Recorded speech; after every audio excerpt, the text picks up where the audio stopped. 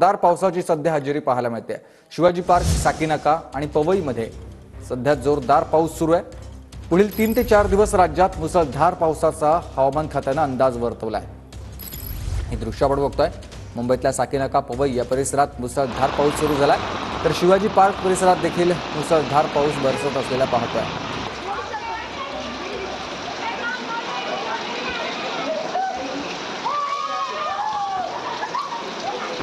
तर ऋतिक गणकवार माझे सहकारी सध्या आपल्यासोबत दादरमधून थेट जोडले गेलेत। ऋतिक, मुसळधार पाऊस सध्या मुंबईत बरसतोय। नक्कीच सुमित, मान्सून मुंबईमध्ये दाखल झाला असून आता जोरदार पावसाला आपल्याला हजेरी पाहायला मिळते।